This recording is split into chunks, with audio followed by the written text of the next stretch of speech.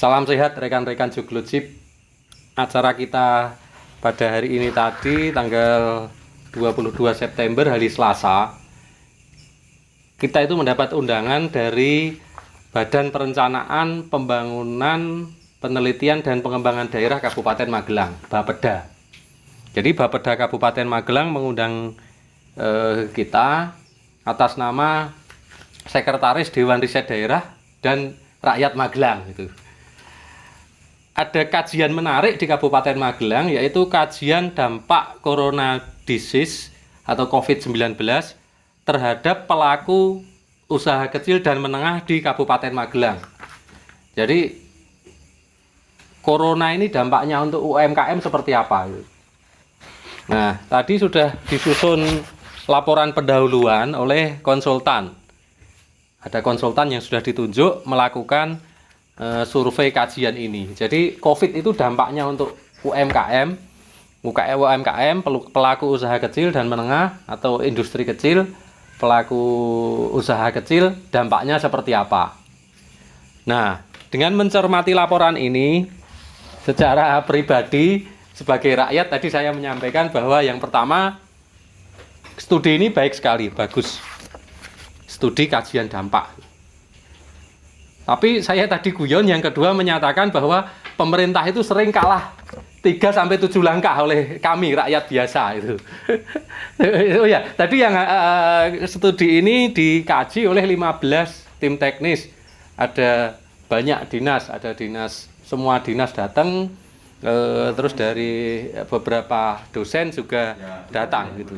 Yang pertama, studi ini menarik. Yang kedua, pemerintah itu kadang kalah 3 bahkan 7 langkah dalam penanganan COVID dibanding kita pribadi atau dibanding teman-teman Songgo Jogloship misalnya, dan diterima dengan senyum, dengan santai. Kenapa pemerintah kalah langkah? Ya karena pemerintah harus menganggarkan melalui birokrasi tertentu dan lain sebagainya. Yang ketiga, saya sampaikan bahwa kita, rakyat itu membantu pemerintah, berkontribusi positif untuk pemerintah. Misalnya, kita membuat Songgo yang sudah mendistribusikan pangan, itu membantu pemerintah. Tadi juga sudah saya sampaikan ada akuntabilitas sukarela atau hal sukarela yang sudah kita lakukan dan menghabiskan uang berapa misalnya. Ini yang pengantar kami. Selanjutnya adalah kenapa sudah 6-7 bulan masih kajian dampak. Ya dampaknya jelas ada, tapi ini supaya bermanfaat nanti seperti apa itu. Secara teknis tadi kami sampaikan bahwa berapa yang akan disurvei di sini. UMKM yang akan disurvei misalnya 300 atau 400 atau berapa? Ini misalnya ini UMKM yang akan disurvei itu ada 353. Jumlah UMKM-nya ada 3.000 gitu.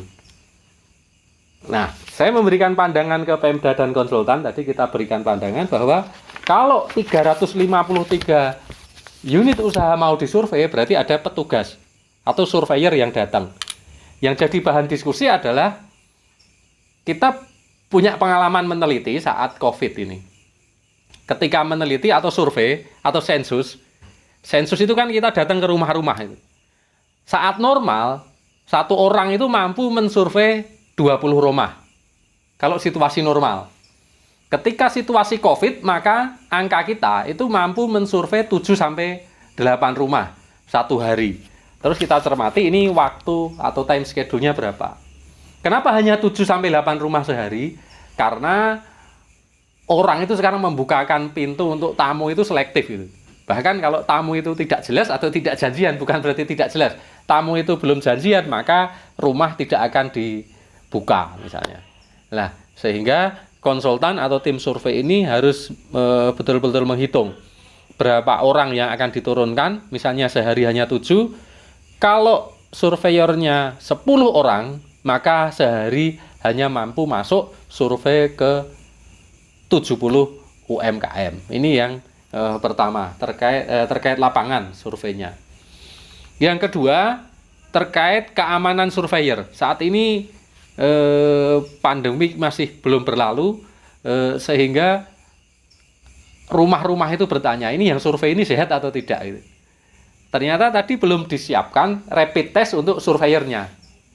Ketika kita survei di beberapa kota, yang kita lakukan adalah surveyor itu kita rapid test dulu, sehat. Jadi kami sampaikan tadi ada surat tugas, setelah surat tugas harus ada lampiran rapid test. Nah ini bisa diterima tadi bahwa ketika surveyor survei itu posisi harus pada kondisi bebas. Ini yang teknisnya. Terus survei ini memakai Google Form, jadi sudah memakai sistem IT dengan memakai Google Form. Yang menjadi pertanyaan menarik lagi adalah begini, industri itu sekarang banyak yang tutup, ganti haluan gitu. Ternyata di database-nya ini belum dicantumkan nanti ini survei tanggal berapa gitu. Karena data usaha kecil di bulan Maret, April, Mei ketika awal corona, usaha kan masih jalan. Nah, orang itu sudah pindah haluan usaha sekarang. Sehingga usaha itu kalau disurvei sudah hilang gitu. Nah, ini survei dilakukan di bulan September, nanti usaha kecil menengah itu di bulan Oktober, November sudah mengalami perubahan. Sehingga tadi kita usulkan supaya hasil survei ini ada disurvei atau ini update data tanggal berapa gitu.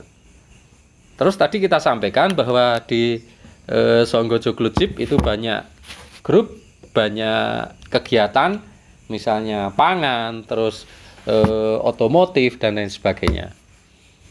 Nah, ternyata studi ini juga nanti akan memberikan hasil berupa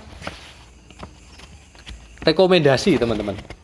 Rekomendasinya adalah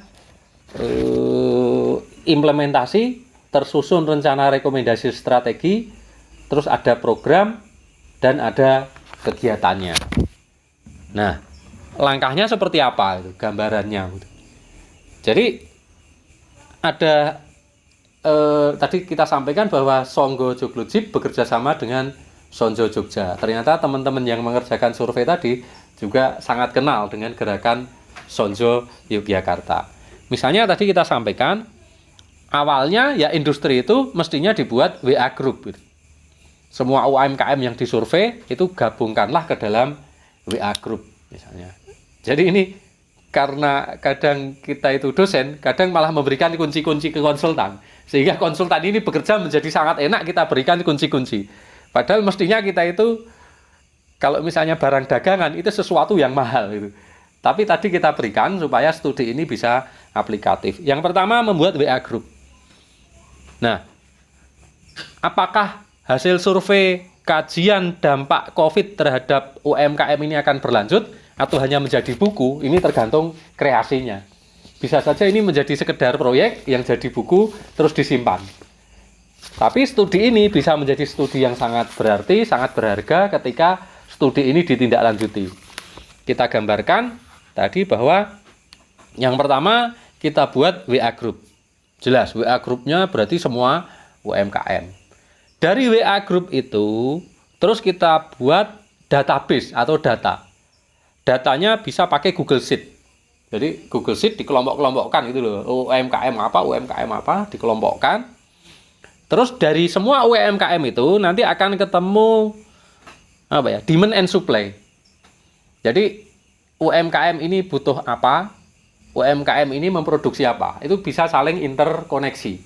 Atau masyarakat Kaliangkrek butuh apa, masyarakat Muntilan butuh apa, di luar ternyata ada UMKM apa, ini interkoneksinya. Jadi studi ini lebih bagus kalau bisa mengelompokkan demand dan supply, misalnya demand dan supply pangan, demand supply kopi dan lain sebagainya. Ternyata ada klaster usaha kopi dan lain sebagainya. Nah, setelah ada database, terus ada Google Sheet, ada demand and supply, yang selanjutnya di-link-kan kerjasamanya seperti apa itu. Jadi kerjasamanya bisa dibentuk dalam website, bisa dibentuk di WA group itu. Nah, setelah itu baru membuat aplikasi gitu. Jadi misalnya aplikasi tani, itu di situ ada produk-produk UMKM pertanian. Orang yang mau butuh pertanian tinggal ngunduh aplikasi itu. Aplikasi kopi, ada kopi Arabica, Robusta, kopi laki-laki dan lain sebagainya. Nanti itu masuk ke aplikasi, orang tinggal ambil. Terus di aplikasi itu ada kebutuhan kafe apa, butuh apa. Nah ini UMKM Magelang akan hidup kalau seperti itu. Jadi jangan buru-buru membuat aplikasi, karena kalau ada aplikasinya mahal tapi tidak ada penggunanya, lah akhirnya aplikasi ini menjadi sesuatu yang tidak berguna itu. Jadi di aplikasi juga ada demand dan supply. Demand itu kebutuhan, supply-nya dia bisa memproduksi apa. Setelah aplikasi jadi, aplikasi itu kita pasarkan. Bisa ke Twitter, bisa ke Instagram, bisa ke Facebook, dan semua media sosmed. Jadi itu tadi, ini adalah studi yang menarik. Ini adalah, saya sampaikan tadi, adalah sumbangsih rakyat Magelang untuk pemerintah Magelang memberi masukan terkait survei. Yang pertama pelaksanaan lapangan, yang kedua adalah aplikasi atau keberlanjutan survei ini akan seperti apa. Rapat tadi berlangsung sangat menarik. Ada tanggapan dari perguruan tinggi dan teman-teman dari dinas-dinas, ada tanggapan, termasuk internal Bapeda juga memberi tanggapan. Demikian diskusi kita hari ini terkait kajian dampak COVID bagi pelaku usaha kecil dan menengah di Kabupaten Magelang. Salam sehat, salam manfaat, matur nuwun.